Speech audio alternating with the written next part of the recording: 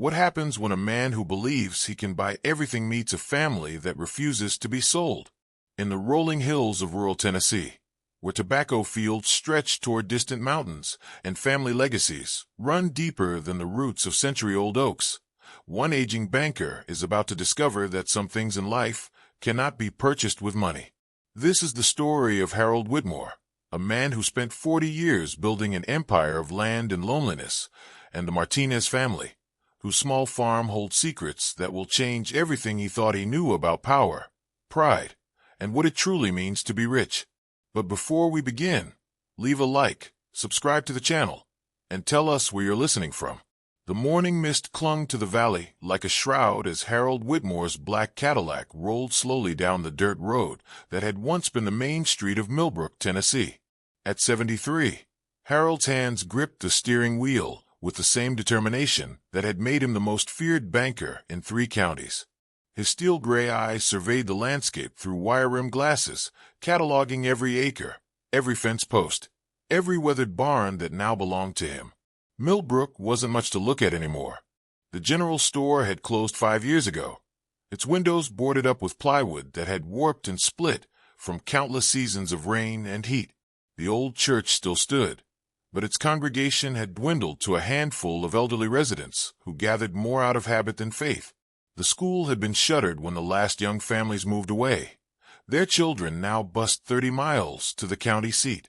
But Harold saw potential where others saw decay. In his mind, he could already picture the development that would rise from these rolling hills. Luxury cabins for wealthy city folk seeking a rustic escape, a championship golf course carved into the valley floor, maybe even a shopping center where the old cotton mill used to stand. All it had taken was patience, strategy, and the willingness to do what others wouldn't. The strategy had been simple enough. When the economic downturn hit 7 years ago, Harold had been ready. While other banks tightened their lending, he had offered lifelines to struggling farmers, generous loans at reasonable rates, with the understanding that if they couldn't pay, he'd be happy to take the land off their hands for fair market value. And when market values plummeted, as Harold had known they would, that fair price became a fraction of what the land was truly worth. One by one, the families had fallen. The Johnsons, who had raised cattle on 300 acres for 4 generations, sold out when medical bills from Mrs. Johnson's cancer treatment became too much to bear. The Petersons gave up their dairy operation when their son decided college was more important than milking cows at 4 in the morning. The Hendersons, the Rays, the Coopers, all of them had come to Harold's office eventually, hat in hand, asking for extensions they knew he wouldn't grant. Harold pulled into the parking lot of what used to be Miller's feed store, now just another empty building in his growing collection. He stepped out of the Cadillac, his expensive Italian leather shoes crunching on the gravel. At 6'2", he still cut an imposing figure despite his age, his silver hair perfectly styled, his navy suit impeccable even in the rural heat. He walked to the edge of the property and looked across the valley.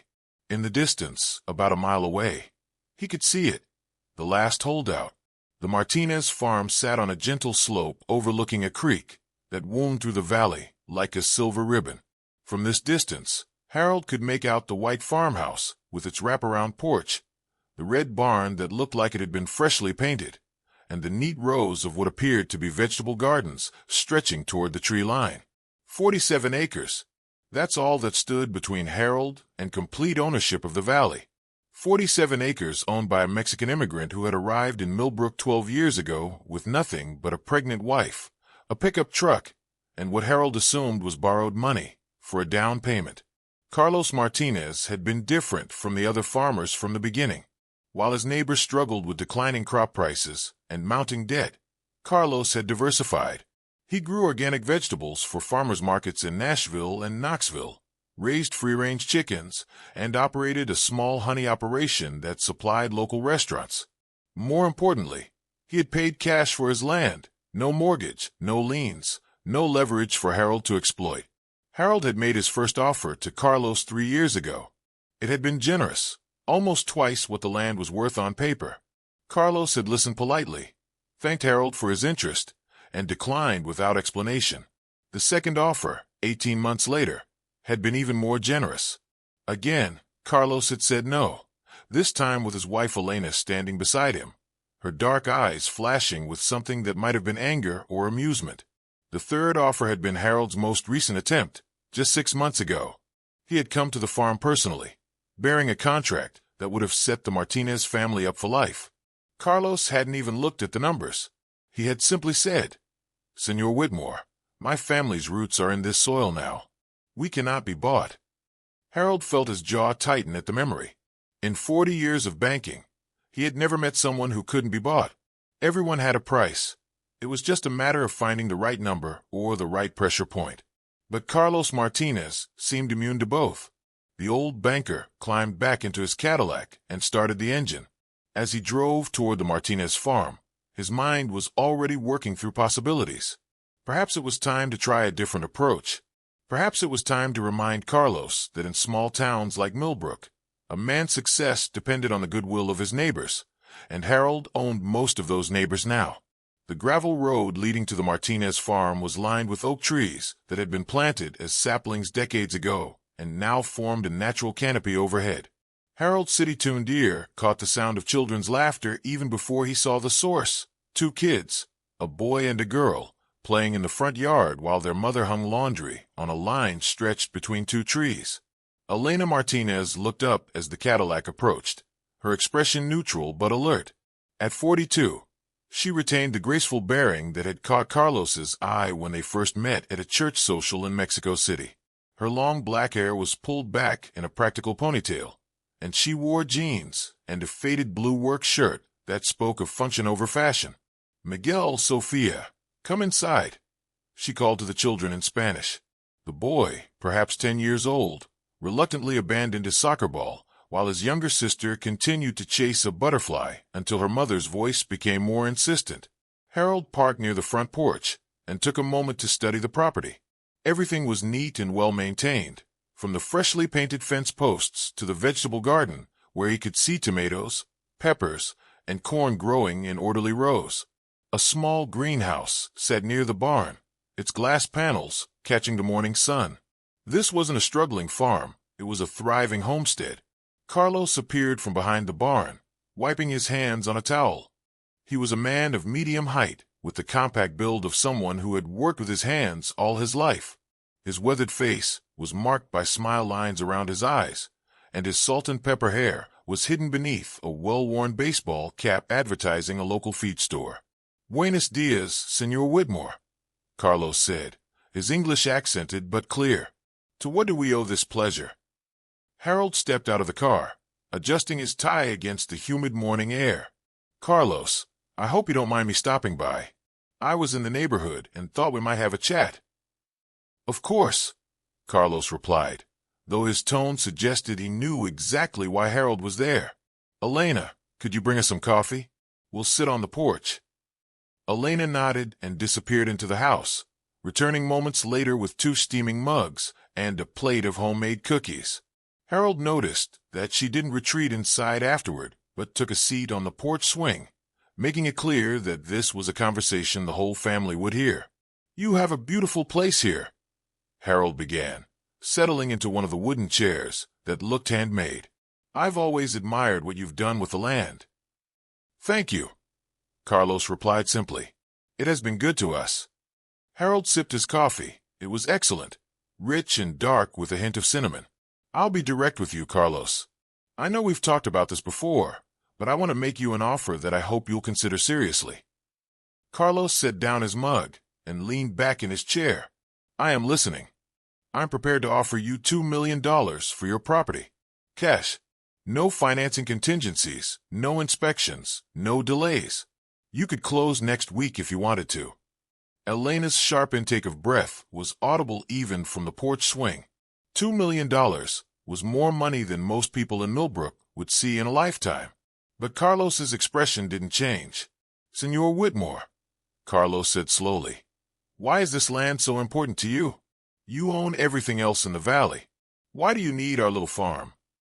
Harold had been expecting this question, and he had prepared an answer that was technically true while avoiding the deeper reasons. "I'm planning a development project that would bring jobs and prosperity to this area, but I need to own the entire valley to make it work." And what kind of development? Elena asked, speaking for the first time. A resort community. Golf course, vacation homes, maybe a small shopping center. It would bring hundreds of jobs to the county. Carlos nodded thoughtfully. And our neighbors, the Johnsons, the Petersons, the others, they sold to you knowing this was your plan? Harold shifted uncomfortably. They understood that change was coming whether they participated or not. At least this way, they benefited financially. I see, Carlos said. And you believe this resort will help our community? I believe it will transform this area. Property values will increase. Tax revenues will grow. Young people will have reasons to stay instead of moving to the cities. Elena stood up from the swing, her movements graceful but purposeful. Senor Whitmore, may I ask you a personal question? Of course. Do you have family? The question caught Harold off guard. I was married once. My wife passed away 8 years ago. We never had children. I'm sorry for your loss, Elena said, and Harold could hear the genuine sympathy in her voice. But you must understand, this is not just land to us. This is where our children are growing up, where they learn to walk, to swim in the creek, to understand where their food comes from. Miguel's treehouse is in that oak over there. Sophia's first word was moo, because she was trying to talk to the neighbor's cow. Harold felt something stir in his chest, an emotion he had kept carefully buried for years. Mrs. Martinez, I understand your attachment to this place, but $2 million would allow you to buy an even better property somewhere else. Your children could go to better schools, have more opportunities. Carlos leaned forward in his chair. Senor Whitmore, can I tell you a story? Harold nodded, though he sensed this wasn't going to go the way he hoped. When I was a boy in Mexico, there was a man in our village who owned a small store. Every year, a big company from the city would come and offer to buy his store. They offered more money each time, enough to make him rich. But he always said no. Do you know why? I'm sure you're going to tell me. Harold replied dryly. Because his grandfather had built that store with his own hands. His father had grown up sweeping those floors. His own children had learned to count by helping with the inventory. The man told me once, Carlos, they want to buy my store, but they cannot buy my memories. They cannot buy the spirit of my family that lives in these walls. Harold felt his patience beginning to wear thin. That's a touching story, Carlos, but this is business. Sentiment doesn't pay the bills. Our bills are paid, Elena said quietly. Our children are healthy and happy. We have food on our table and a roof over our heads. What more do we need? Security, Harold replied. What happens if one of your children gets seriously ill? What happens if there's a drought or a flood? What happens when you get too old to work this land? Carlos smiled. Then we deal with those problems when they come. But we deal with them as a family, on our own land. Harold stood up, his frustration finally showing. You're being foolish. I won't make this offer again. I would not expect you to, Carlos replied, also standing. But I hope you understand that our answer will always be the same. As Harold walked back to his car, he could feel the family watching him. At the Cadillac, he turned back. Carlos, you should know that I own every piece of property surrounding yours. If I wanted to make life difficult for you, I could. The threat hung in the air like morning mist. Carlos's expression didn't change, but Elena moved closer to her husband. Senor Whitmore, Carlos said quietly, a man's character is not measured by what he can do to others, but by what he chooses to do. Harold got into his car and drove away, leaving the Martinez family standing on their porch. But as he reached the main road, he found himself thinking not about his failed negotiation, but about the warmth he had felt sitting on that porch, drinking coffee with people who seemed genuinely happy with their lives. It was a feeling he hadn't experienced in longer than he cared to remember. 2 weeks after Harold's visit, the Martinez family began to notice changes. It started small. Carlos's usual supplier of organic fertilizer called to say they could no longer deliver to rural addresses. The company that had been buying their free-range eggs for 3 years suddenly terminated their contract without explanation. The farmers market in Nashville, where Elena had sold her homemade preserves and honey for over a decade, informed her that they were restructuring and would no longer need her products. Carlos sat at the kitchen table on a Thursday evening, surrounded by bills and canceled contracts. Elena moved quietly around the kitchen, preparing dinner while keeping one eye on her husband. She had seen this look before, the same expression Carlos had worn when they first arrived in Tennessee and couldn't find anyone willing to rent to a Mexican family. "Papa, why do you look so worried?" Sophia asked, climbing onto her father's lap. At 8 years old, she had inherited her mother's intuitive nature and her father's stubborn streak. "Just some business problems, Mija," Carlos replied, smoothing her dark hair.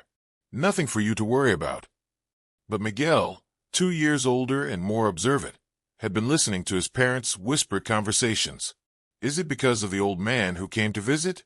The one with the fancy car?" Elena and Carlos exchanged glances. They had tried to keep their children from worrying, but kids in small towns heard things. "Senor Whitmore owns many of the businesses around here," Elena explained carefully. "He's trying to convince us to sell our farm." "But we don't want to sell, right?" Sophia asked, her eyes wide with concern. "That's right, sweetheart," Carlos said, hugging his daughter closer. "This is our home." Later that night, after the children were asleep, Elena and Carlos sat on their front porch, watching fireflies dance in the darkness.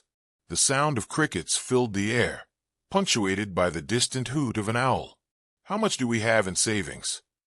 Elena asked quietly. Carlos sighed. "Enough to last maybe 3 months if we're careful." "But Elena, I've been thinking, maybe we should consider his offer." Elena turned to look at her husband, surprised.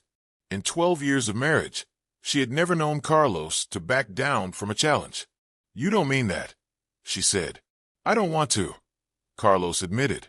"But I keep thinking about what Whitmore said. What if one of the children gets sick? What if something happens to me? $2 million would take care of all our worries." Elena was quiet for a long moment. "Do you remember what you told me when we first came here? When the bank in town wouldn't give us a loan, and the real estate agent said no one would sell to Mexicans?" Carlos nodded. "I said we would make our own way. And we did. We found Senor Patterson, may he rest in peace, who was willing to sell us this land. We built this life with our own hands. Are we going to let one bitter old man destroy what we've worked so hard to create?" Before Carlos could answer, headlights appeared on the road leading to their farm. Both of them tensed. It was nearly 10 o'clock, and they rarely had visitors so late. The vehicle turned into their driveway, and they could see it was a pickup truck rather than Harold's Cadillac. As it got closer, Elena recognized the driver. It was Tom Bradley, whose family had run the hardware store in town for 30 years. Tom climbed out of his truck, his expression grim. He was a man in his 50s with calloused hands and the kind of face that rarely smiled but inspired trust. "Evening, Carlos, Elena," he said, climbing the porch steps. "I hope you don't mind me stopping by so late." "Of course not, Tom," Carlos replied. "Can I get you something to drink?" "No, thank you. I can't stay long." Tom removed his baseball cap and ran his fingers through his thinning hair. "I came to warn you about something, and to apologize." Elena gestured to one of the porch chairs. "Please sit down." Tom shook his head. "I'd rather stand. What I have to say isn't easy." He looked directly at Carlos. "I heard about your troubles with suppliers. I want you to know it's not personal." "What do you mean?" Carlos asked. "Harold Whitmore came to see me last week. He owns the mortgage on my store, and he made it clear that businesses who continue to work with you might find it difficult to get their loans renewed." Elena felt a chill run down her spine. "He threatened you?" "Not in so many words, but in a town this size, you don't have to be direct. Everyone understands." Tom's voice was heavy with shame. "Carlos, I've been selling you supplies for 10 years. Your family has always paid on time, never caused trouble. But I've got 3 employees and a wife who depends on the store. If Whitmore calls on my loan—" "I understand," Carlos said quietly. "No, you don't," Tom replied, his voice rising slightly. "You don't understand because you've got integrity. You wouldn't cave to pressure like this. But I'm not as strong as you are." Elena reached out and touched Tom's arm. You have to protect your family. We understand that. Tom looked at her gratefully. There's something else. I heard from my cousin, who works at the county planning office. Whitmore's been meeting with the commissioners about rezoning the entire valley. If he gets approval, property taxes are going to skyrocket. Even if you don't sell, you might not be able to afford to stay. The weight of this news settled over the porch like a heavy blanket. Carlos felt the walls closing in around his family, and for the first time since arriving in Tennessee, he wondered if they were fighting a battle they couldn't win. Why are you telling us this? Elena asked. Tom put his cap back on and looked out into the darkness. Because maybe there's still time to fight back. The zoning hearing is next month. If enough people show up to oppose it, the commissioners might think twice. But it would have to be a lot of people, and they'd have to be willing to stand up to Whitmore. Who would do that? Carlos asked. If he can pressure businesses to stop working with us, what would stop him from going after anyone who speaks out? Maybe nobody, Tom admitted. Or maybe people are getting tired of being pushed around. Maybe they're starting to realize that if Whitmore can do this to you, he can do it to anyone. After Tom left, Elena and Carlos sat in silence for a long time. Finally, Elena spoke. Remember when we first met? You were working construction in Mexico City, and I was teaching at the elementary school. Carlos smiled at the memory. You were the most beautiful woman I had ever seen. I was too nervous to talk to you for months. You finally got the courage to ask me out, and we went to that little restaurant near the cathedral. Do you remember what you told me that night? I told you that someday I was going to build you a house with my own hands, and we would raise our children there and be happy. And you did, Elena said, reaching for his hand. You built me this house, and we have been happy. Are we going to let Harold Whitmore take that away from us? Carlos squeezed her hand. What do you think we should do? I think we should fight, Elena replied. Not just for us, but for everyone in this valley who's been pushed around by that man. Tom was right. If we don't stand up to him, who will? It won't be easy, Carlos warned. He has money, influence, connections. We're just one family. Elena stood up and walked to the porch railing, looking out over the land they had worked so hard to build. Do you know what I see when I look at this place? What? I see Miguel's first steps on that front lawn. I see Sophia learning to ride her bike on that driveway. I see the garden where we've grown food for our family for 12 years. I see the barn where we've sheltered animals through storms and cold winters. I see the tree where we hung a swing for our children. She turned back to face her husband. Harold Whitmore sees dollar signs and development potential. But this land is part of our family story. It's where our children learned what it means to work hard, to care for living things, to be part of a community. How do you put a price on that? Carlos joined her at the railing. You can't.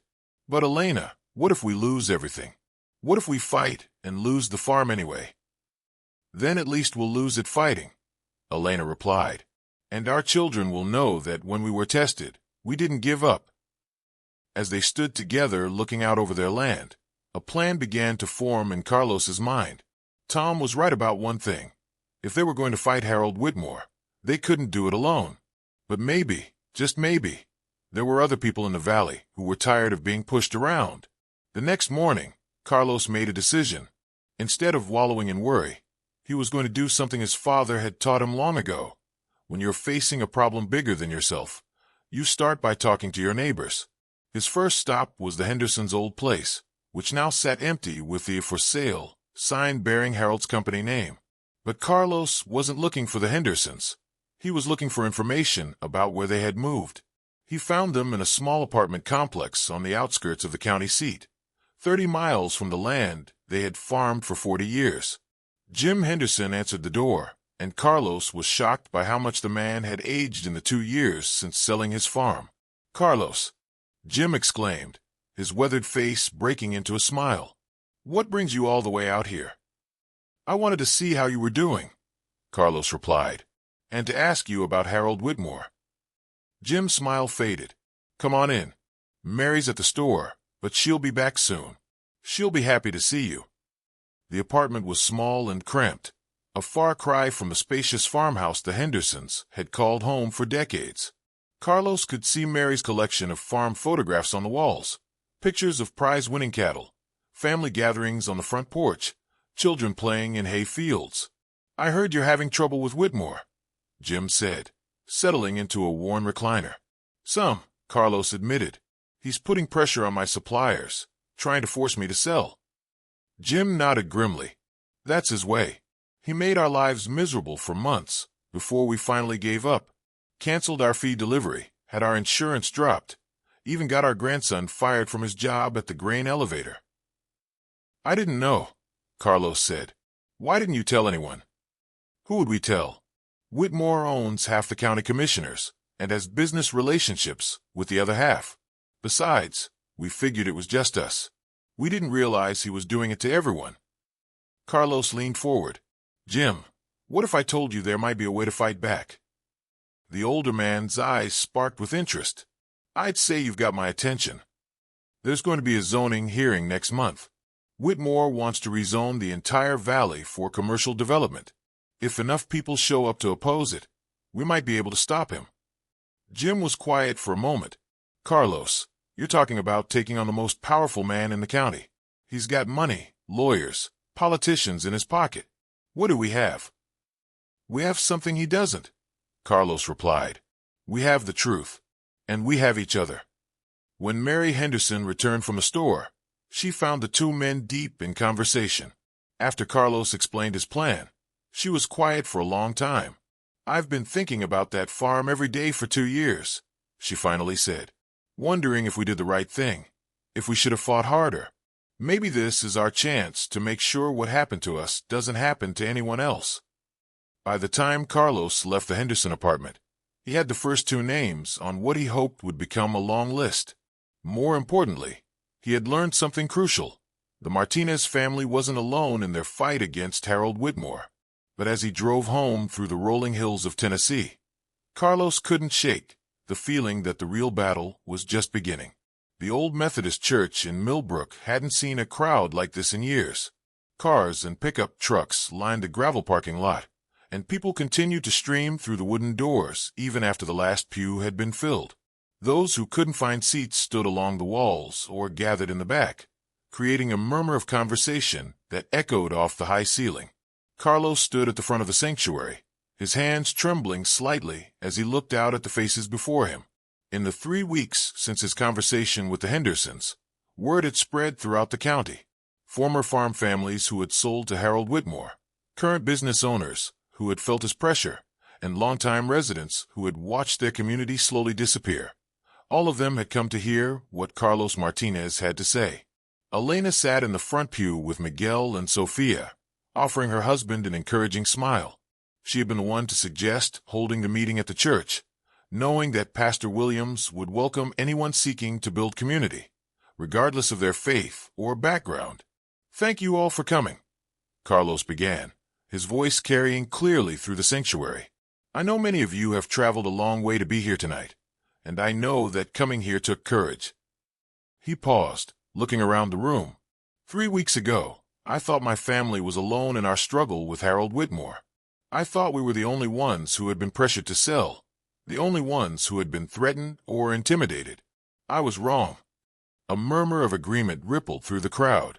"I've spent the last 3 weeks visiting with many of you, hearing your stories. The Hendersons, who watched their cattle operation destroyed by canceled contracts and denied services. The Coopers, who lost their dairy farm when their equipment mysteriously couldn't be repaired. The Petersons, whose teenage son was fired from his job at the grain elevator after his parents refused to sell." Carlos's voice grew stronger as he continued. "But I've also heard stories of resistance, of people who try to fight back, who try to stand up for what was right. And I've learned something important. We are not alone. We are not powerless.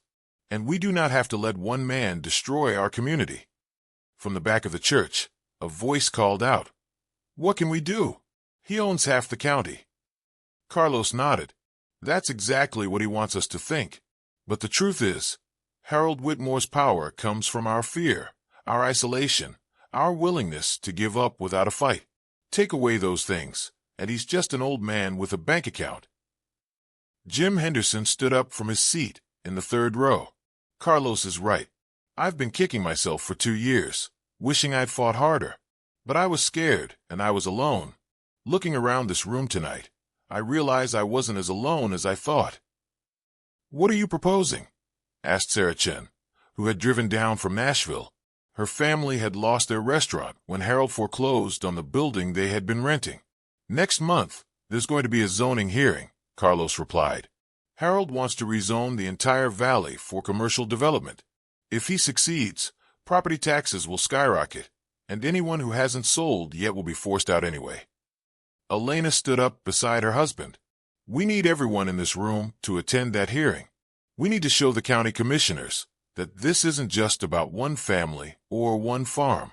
This is about the soul of our community." "The commissioners are in Whitmore's pocket," called out another voice.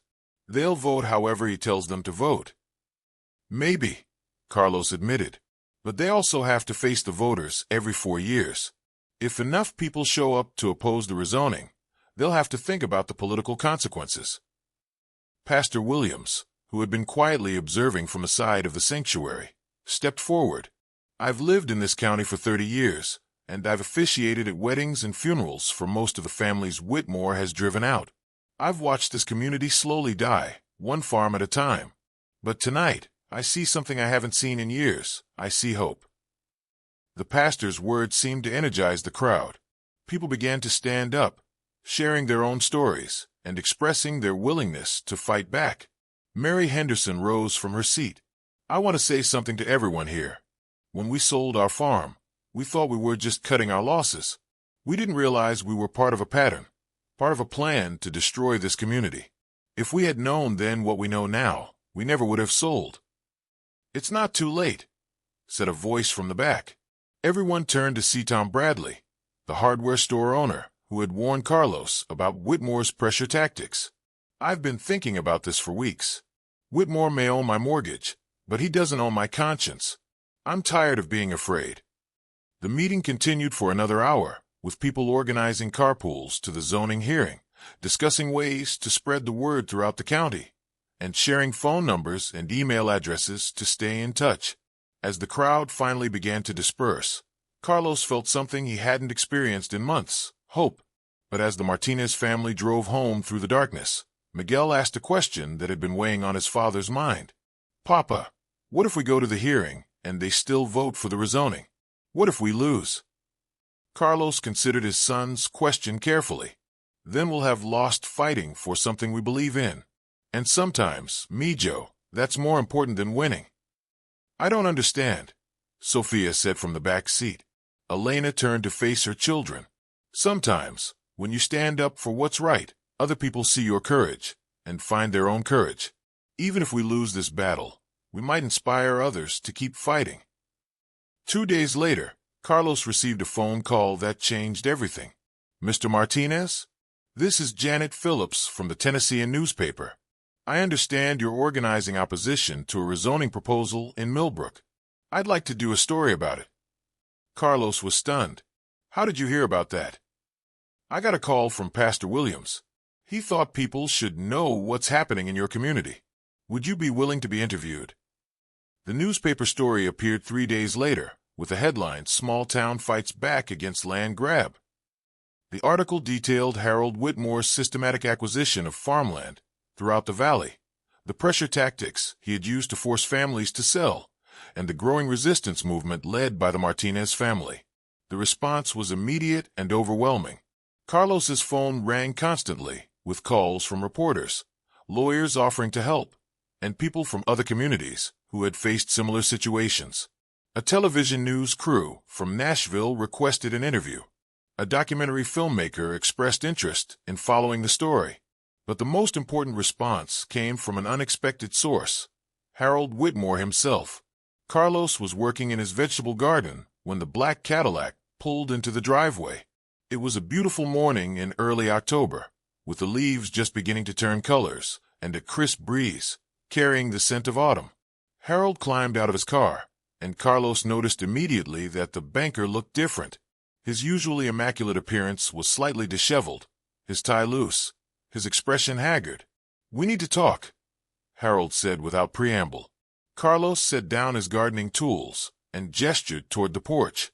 "Elena's in town with the children. We can talk privately." They sat in the same chairs they had occupied during Harold's first visit, but the dynamic had shifted dramatically. Where Harold had once seemed confident and in control, he now appeared agitated and uncertain. "I saw the newspaper article," Harold said. "I figured you had. You've made things very difficult for me, Carlos. Do you understand that?" Carlos studied the older man's face. "I told the truth. If that makes things difficult for you, maybe you should ask yourself why." Harold was quiet for a moment, staring out at the garden where Carlos had been working. "I've been getting calls all week. Reporters, lawyers, people wanting to know about my business practices. The county commissioners are nervous about the zoning hearing. My own board of directors is asking questions." "I'm sorry you're having problems," Carlos said, though his tone suggested he wasn't particularly sorry. "Are you?" Harold asked, turning to face him. "Because I get the sense that you're enjoying this." Carlos shook his head. "I'm not enjoying anything about this situation. I'd much rather be working in my garden and taking care of my family than fighting with you. But you didn't give me a choice." "I offered you $2 million, Harold said, his voice rising. "How is that not giving you a choice?" "Because it wasn't really an offer," Carlos replied calmly. "It was an ultimatum. Sell to me, or I'll destroy your business, pressure your suppliers, and make your life miserable until you have no choice but to sell." Harold stood up abruptly, pacing to the edge of the porch. "You don't understand what you're dealing with, Carlos. This isn't just about your little farm.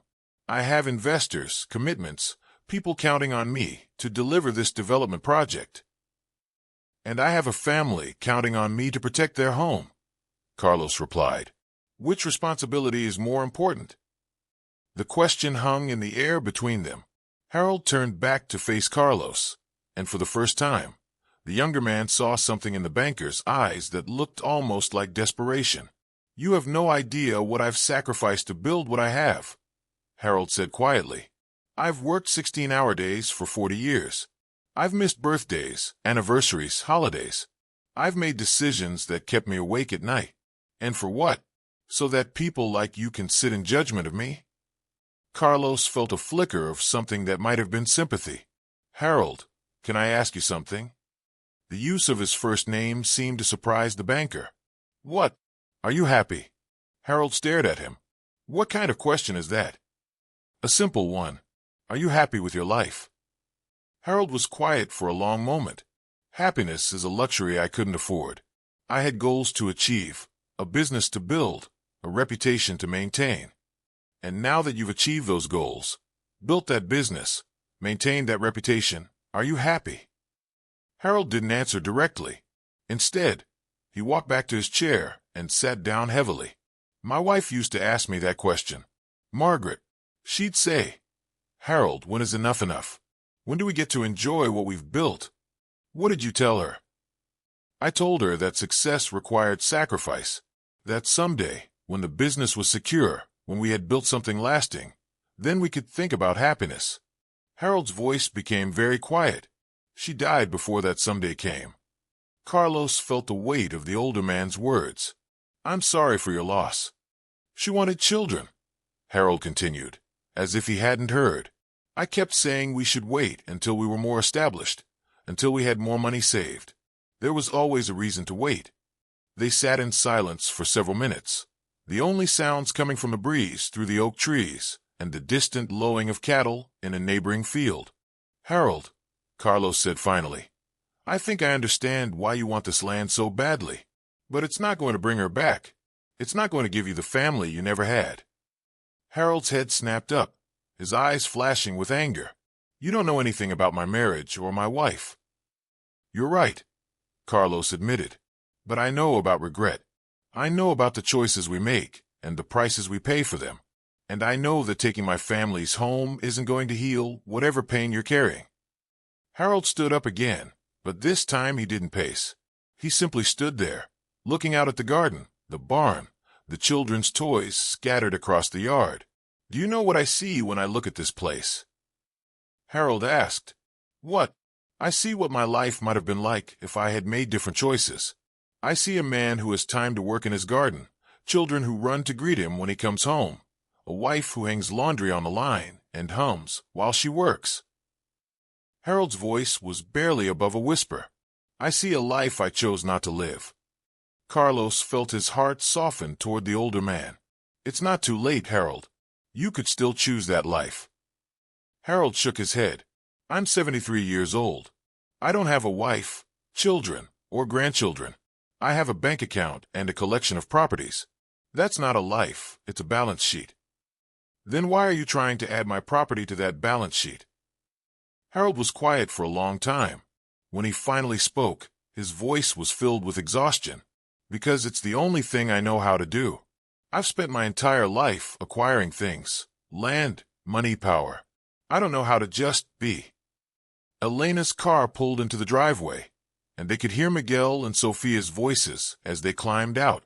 Harold quickly composed himself, straightening his tie and assuming his usual businesslike demeanor. Think about what I said, Carlos, Harold said as he prepared to leave.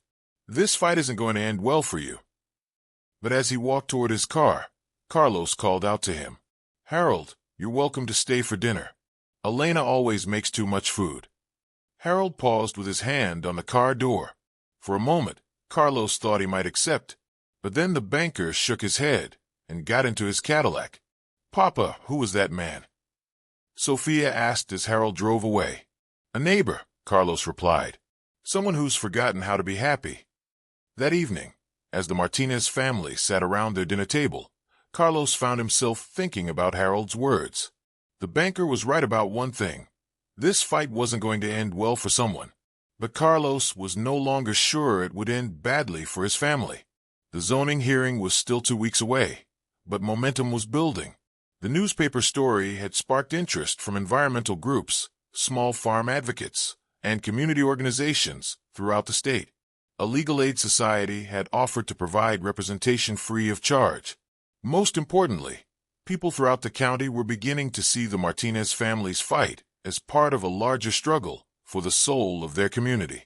But Carlos couldn't shake the image of Harold Whitmore standing on his porch, looking out at a life he had never allowed himself to live.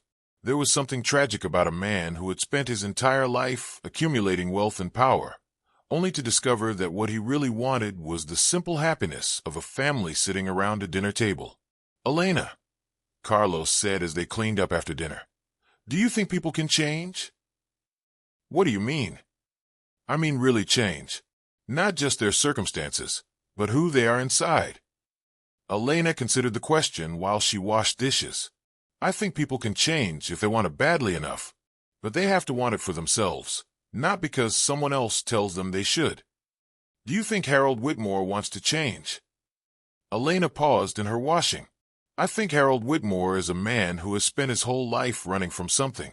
Maybe from loneliness, maybe from regret, maybe from the fear that he's not as important as he wants to be. Until he stops running and faces whatever he's trying to escape, he'll never change.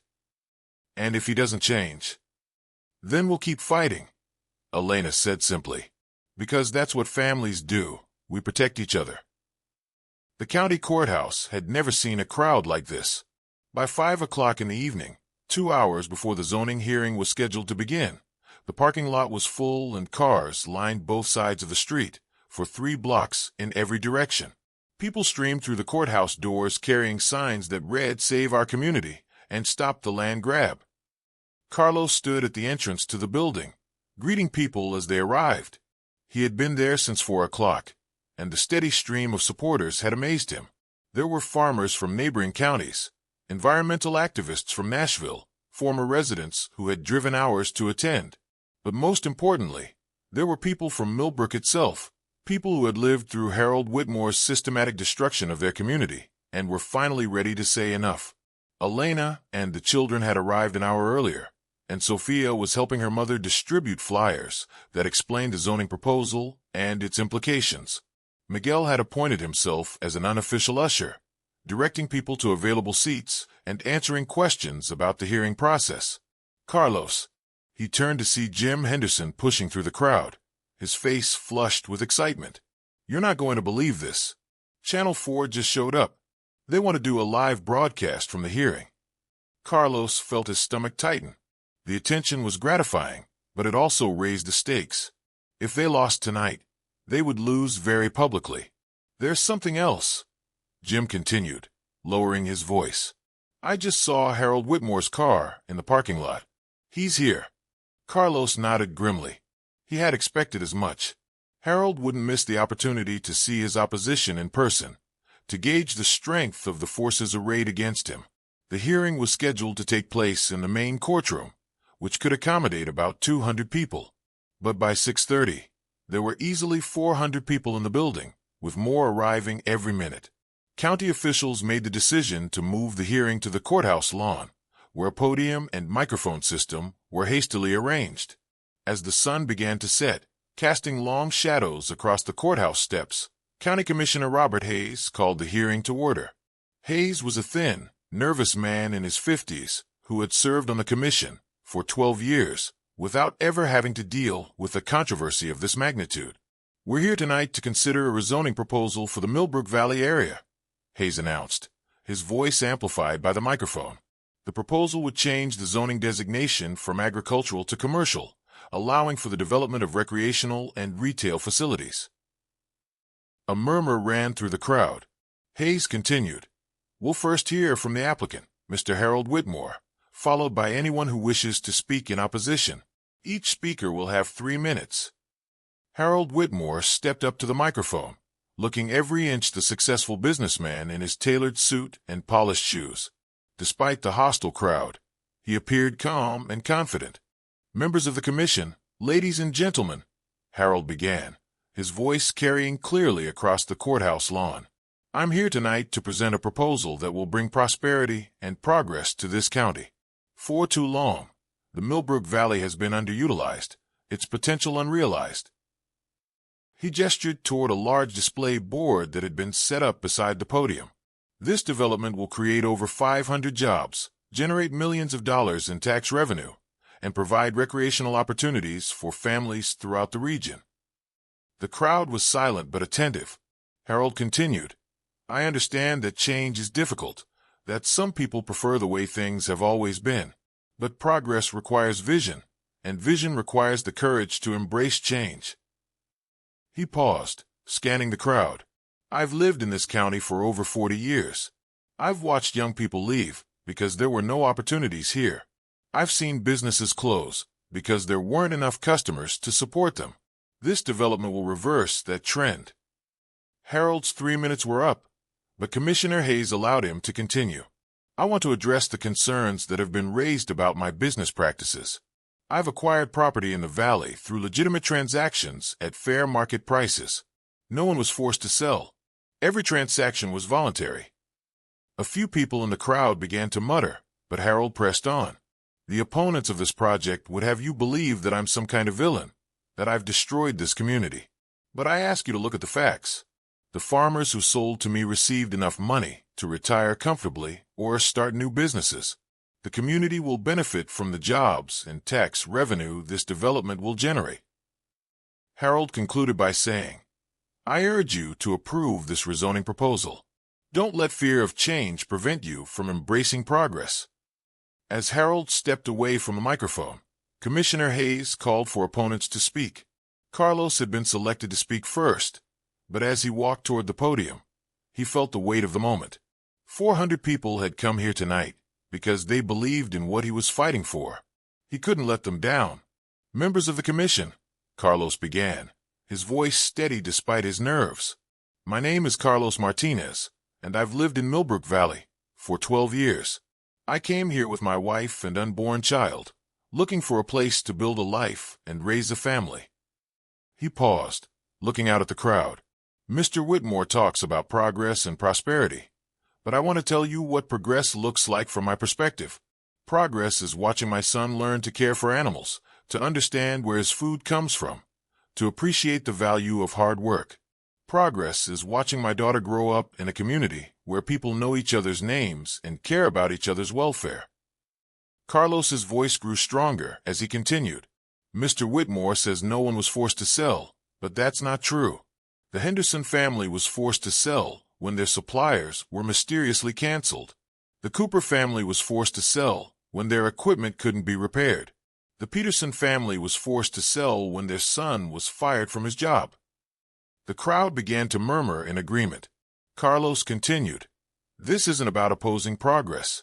This is about preserving a way of life that has value beyond what can be measured in dollars and cents. This is about communities where children can grow up safe, where families can work together, where neighbors help each other through difficult times."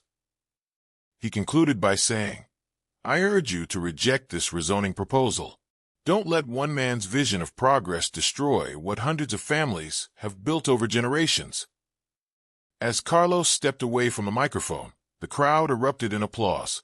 One by one, other speakers came forward, former farm families, local business owners, environmental activists, and longtime residents. Each told a story of loss, of community bonds that had been broken, of a way of life that was disappearing. Mary Henderson spoke about losing the farm that had been in her family for 4 generations. Tom Bradley talked about the pressure he had felt to stop doing business with the Martinez family.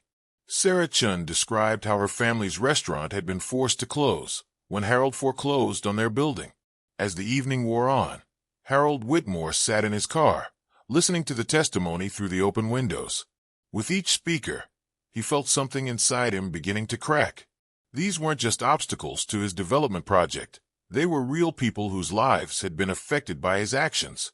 The final speaker was Pastor Williams, who had watched the community he served slowly disintegrate over the past decade. "I've officiated at weddings and funerals in this valley for 30 years, the pastor said, his voice carrying the weight of that experience. "I've watched young couples start their lives together on these farms. I've buried grandparents who lived their entire lives in this community. I've baptized children who learned to walk in these fields." He paused, looking directly at Harold. "Mr. Whitmore talks about underutilized land, but I see land that has been loved and cared for by families who understood that we are not just owners of the earth, we are stewards of it. We have a responsibility to preserve it for future generations." Pastor Williams concluded by saying, "The question before you tonight is not whether this development will generate tax revenue or create jobs. The question is whether we value community over commerce, whether we believe there are some things that shouldn't be for sale."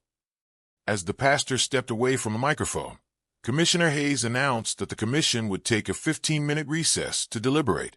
But as people milled around the courthouse lawn, Harold Whitmore did something unexpected. He got out of his car and walked toward the podium. "Commissioner Hayes," Harold called out, "I'd like to address the commission again." Hayes looked surprised but nodded. "Of course, Mr. Whitmore. You have 3 minutes."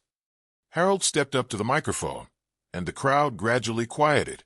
He looked different than he had earlier, older, more tired, somehow diminished. "I've been listening to the testimony tonight," Harold began, his voice quieter than before. "I've heard stories about families, about community, about a way of life that I helped destroy." The crowd was completely silent now. Harold continued, "I told myself that I was bringing progress to this valley, that I was helping people by offering them a chance to sell their land for more than it was worth. But I realized now that I was measuring worth in the wrong currency."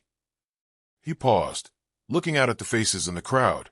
"I've spent my entire life accumulating wealth and property, believing that success could be measured in dollars and acres. But tonight, I've heard about a different kind of wealth, the wealth of community, of family, of belonging to something larger than yourself." Harold's voice began to crack. "I want to tell you about my wife, Margaret. She died 8 years ago, and I never got to show her the kind of life that Carlos and Elena Martinez have built. I never got to watch my children play in a yard like theirs, never got to sit on a porch with my grandchildren and watch the sunset over land that meant something to our family." There wasn't a sound from the crowd now. Harold continued, "I've been trying to buy something that can't be bought, a sense of purpose, of belonging, of having mattered. But you can't purchase community, and you can't develop love." He looked directly at Carlos, who was standing near the front of the crowd. "Carlos, I owe you an apology. I tried to take from you something that was never mine to take. I tried to buy something that has no price. Harold turned back to the commission. I'm withdrawing my application for rezoning. The Millbrook Valley should remain agricultural land, and the families who still call it home should be left in peace to live their lives. The crowd was stunned into silence for a moment, then erupted in cheers and applause. Harold walked away from the microphone, but instead of heading toward his car, he walked toward Carlos. I don't expect forgiveness, Harold said quietly, but I want you to know that I understand now what I was trying to destroy. Carlos extended his hand. Harold, it's never too late to start over. Harold shook Carlos's hand, then surprised everyone by asking, Carlos, does your wife still make too much food for dinner? Carlos smiled. Every night. Then perhaps I could accept that invitation. 3 months later, on a crisp December evening, the Martinez family sat around their dinner table with an unexpected guest. Harold Whitmore looked different, more relaxed, his expensive suit replaced by jeans and a sweater. He was telling Sophia about his wife Margaret while helping Elena clear the dishes. She would have loved this, Harold said, gesturing around the warm kitchen. She always said that a house wasn't a home until it was filled with the voices of children. Uncle Harold, Sophia said, using the title she had insisted on adopting. Are you happy now? Harold paused, considering the question that had haunted him for months. I'm learning to be, Mija. I'm learning that happiness isn't something you can buy or build. It's something you have to choose, every day. Carlos watched the interaction with satisfaction. Harold had not only withdrawn his rezoning application, but had also begun returning land to the families he had pressured into selling, at the original sale price.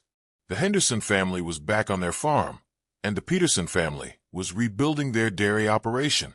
More importantly, Harold was learning to be part of a community. He had started attending the Methodist church, not because he was particularly religious, but because he wanted to be around people who cared about each other. He had hired Jim Henderson's son to help manage his remaining properties, and he had begun donating money to local schools and community organizations. Carlos, Harold said as they sat on the porch after dinner, I want to ask you something. What's that? I've been thinking about what to do with the rest of my life. I'm 73 years old, and I have more money than I could spend in 2 lifetimes. But I don't have a family, and I don't have a legacy that means anything. Carlos waited for Harold to continue.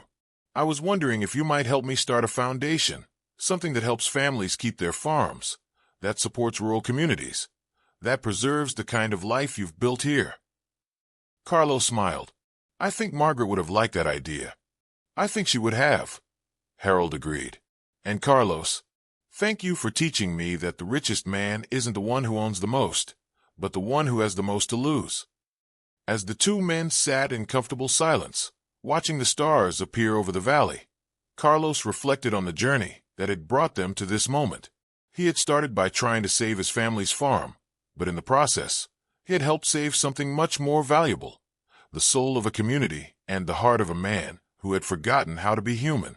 The Millbrook Valley remained agricultural land, its fields green in summer and gold in autumn, its families connected by bonds that couldn't be bought or sold. And in the white farmhouse with the wraparound porch, children continued to play in the yard, their laughter carrying on the wind like a promise that some things would always be more valuable than money. Sometimes the greatest victories are not won in courtrooms or boardrooms, but in the quiet moments when people remember who they are and what really matters. Sometimes the most important battles are fought not with lawyers and lobbyists, but with courage and community and the simple belief that some things are worth protecting. And sometimes the most powerful force in the world is not money or influence, but the love of a family that refuses to be bought. 5 years later, the Martinez family still lived on their farm in Millbrook Valley. The vegetable garden had expanded, the honey operation had grown, and Miguel and Sophia had become leaders in their school's environmental club. Elena had started a program teaching sustainable farming techniques to immigrant families throughout the county. Harold Whitmore had kept his word about the foundation, which had helped dozens of families keep their farms and had funded community development projects throughout rural Tennessee. He had also kept his word about dinner at the Martinez house, showing up every Sunday evening with flowers for Elena and stories for the children. The valley itself had prospered in ways that couldn't be measured in tax revenue or job creation. Young families had begun moving back, attracted by the sense of community and the chance to raise their children in a place where neighbors still knew each other's names. The old general store had reopened, and the Methodist Church had added a second service to accommodate its growing congregation. And on quiet evenings, when the work was done and the children were in bed, Carlos and Elena would sit on their porch and watch the sunset over the land they had fought so hard to keep.